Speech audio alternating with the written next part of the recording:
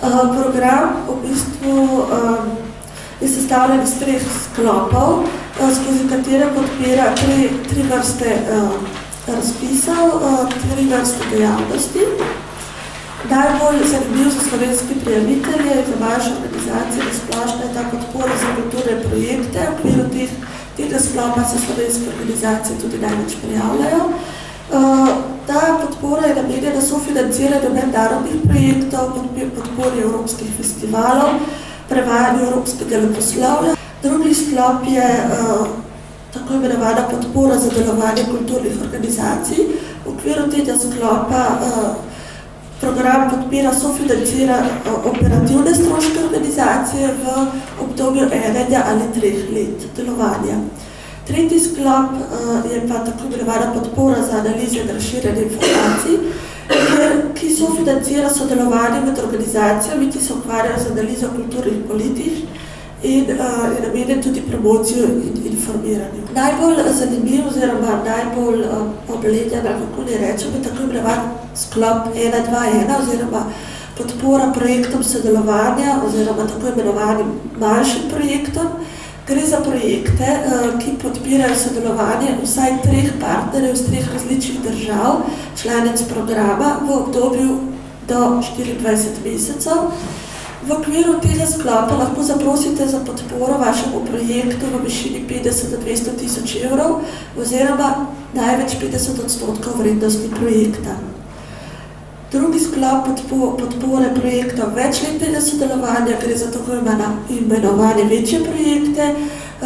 Ti projekti trajajo od 3 do 5 let. Vključevati morajo najmanj 6 organizacij iz 6 držav članic programa.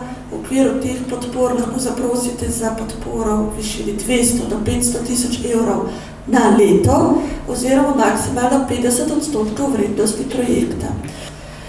Zadnji rok za prijave je 3. oktober leta 2012, oziroma letošnjem letu. Prej sem že omenila razpis za projekte sodelovanja s 3 državami. Gre podobno kot pri projektih sodelovanja za projekte, ki lahko trajajo do 24 mesecev. V njih morajo sodelovati minimalno 3 partnerji iz 3 držav članic programa, plus vključiti morajo vsaj enega partnerja iz izbrane 3. države. Za vsako leto si Evropska unija izbere, oziroma komisija in agencija izberejo državo ali skupino držav, s katerimi želijo, da kulturne organizacije iz Evropske unije navežejo stike. In za leto 2013 sta to Kanada in Avstralija. V letu 2012, ko se je 4. maja zaključil razpisni rok, je bila izbrana država Mehika. V okviru teh projektov prav tako lahko zaprosite za podporo v višini 50 do 200 tisoč evrov oziroma maksimalno 50% vrednosti projekta. Pri čemer bi vas samo opozorila, da se mora 50% projektnih aktivnosti izvesti v izbrani državi, s katero sodelujete. Eden izmed zelo uspešnih razpisov, bom rekla po domače, zelo popularnih razpisov za prijavo so razpisi za projekte podpore evropskih kulturnih festivalov.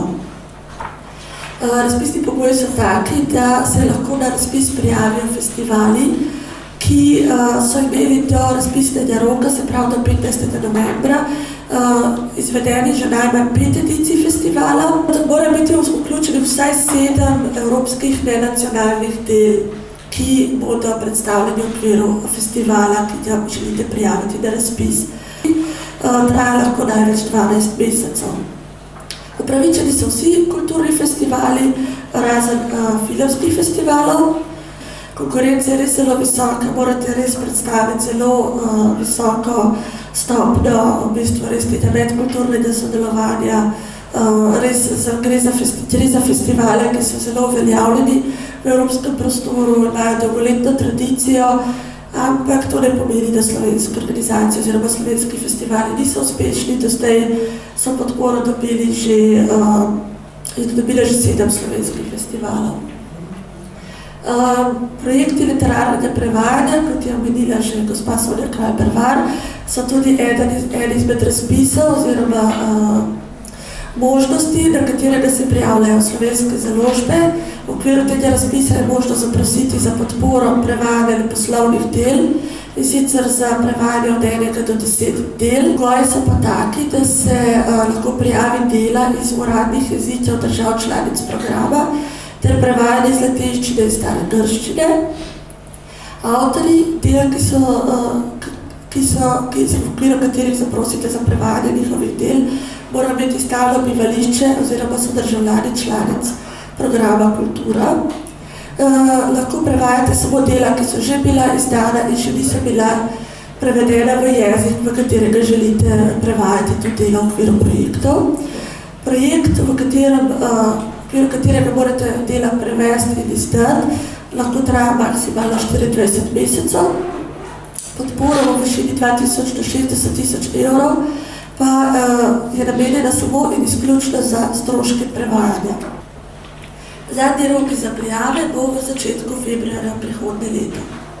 Prej sem jim že predstavila na kratko podporo za delovanje Sklop TV, v okviru katerega lahko organizacije zaprosite za kritje organizacijskih oziroma upravnih oziroma upraviteljskih stroškov v višini 80% letnega delovanja, pri čemer moramo opozoriti, da gre za organizacije, ki imajo veliko dodano vrednost v prostoru Evropske unije. In sicer je možno zaprositi za podporo v 3 kategorijah. Prijaviti oziroma slovenske organizacije se največkrat prijavijo v kategoriji ambasadori.